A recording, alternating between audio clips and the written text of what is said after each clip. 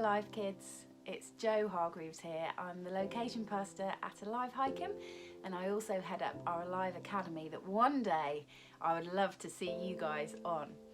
But today is Good Friday and I am bringing you the bedtime story from my little boy's bedroom because he has got loads of fantastic toys. Now I don't know if you can see here, we've got Buzz Lightyear and we've got Woody.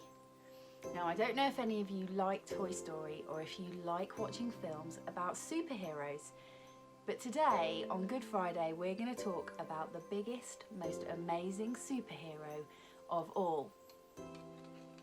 And it's not a stormtrooper for any of you Star Wars fans out there. It's not Spider-Man. He's a good superhero and a good guy, but he's not the biggest superhero of all. It's not even Iron Man.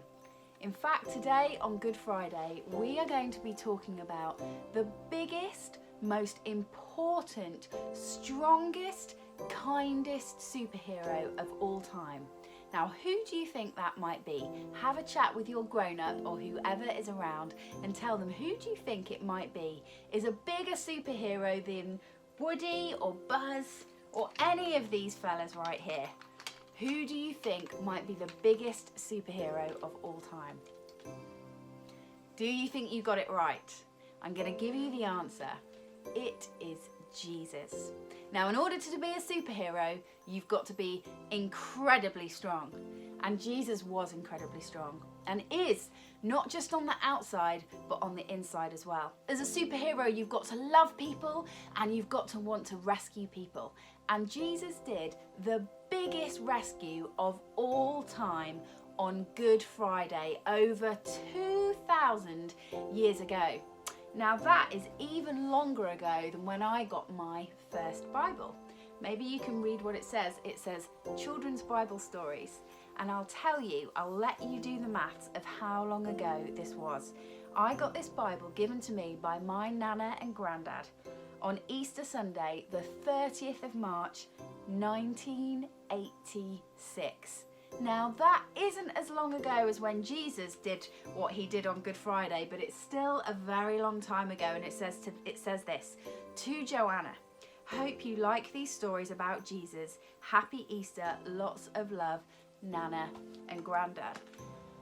And that's when I started learning about what Jesus did for us on the cross on Good Friday. He did the biggest rescue plan of all time when he decided and he chose that he would let himself be hung on a cross to die so that everything we have ever done wrong could be forgiven. Isn't that amazing? What a rescue story and what a superhero.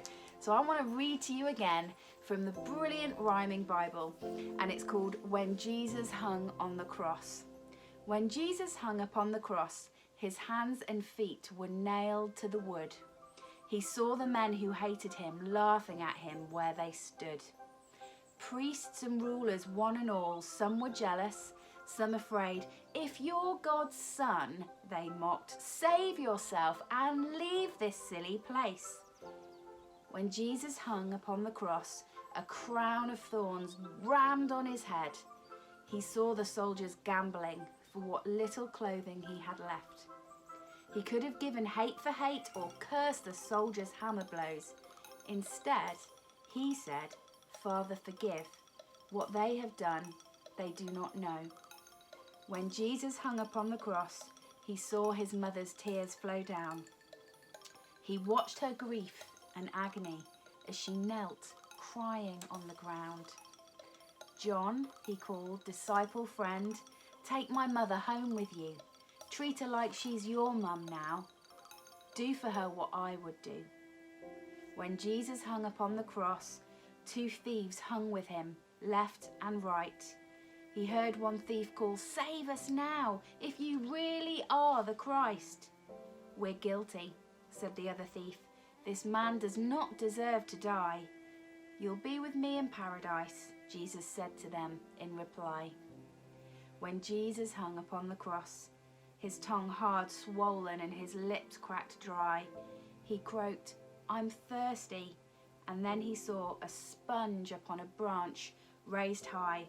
He wet his lips with sour wine, and he saw the darkness fall. He cried, "It's finished."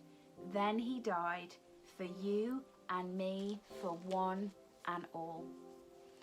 So it's funny to think that we call this day Good Friday because something that didn't seem very good happened on it. Jesus was nailed to a cross and he died.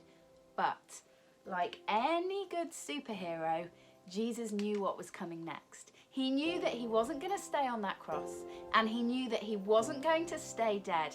He knew that he was going to do the biggest, best, most magnificent superhero move in the whole of history, and he was going to rescue his people in an amazing way. And we're going to find out a little bit more about that as our stories go on, and that's what we're celebrating on Easter Sunday, that he didn't stay dead, he didn't stay on the cross, he didn't stay on the tomb. He was busy doing an amazing rescue plan.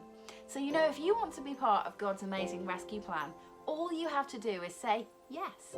If you want to be part of the amazing adventure, then all you have to do is say yes to Jesus. Say yes to what he did on the cross for you. To accept what he did on the cross, that he died so that you didn't have to be in trouble with God at all, and that he would make a way for you to be good friends with God and forgive all of your sins. What a superhero. So when you're going to bed tonight, maybe ask your grown-up to pray with you. And maybe you want to say yes to be part of Jesus' superhero plan for the first time. Or maybe you just want to thank him for everything that he did for you on the cross. So I pray you have a brilliant night's sleep. I pray that you have the best Easter. And I heard some really good news that the Easter bunny, although they're not as important as Jesus, not even nearly as important as Jesus, but I heard that the super bunny is an essential worker. So they're allowed to come and deliver the Easter eggs. But let's remember that Easter eggs aren't the most important bit. They're really good, because you know I love chocolate. They're really good. But the most important bit is being part of Jesus' superhero rescue plan. So sleep well tonight, and we'll see you again for another bedtime story.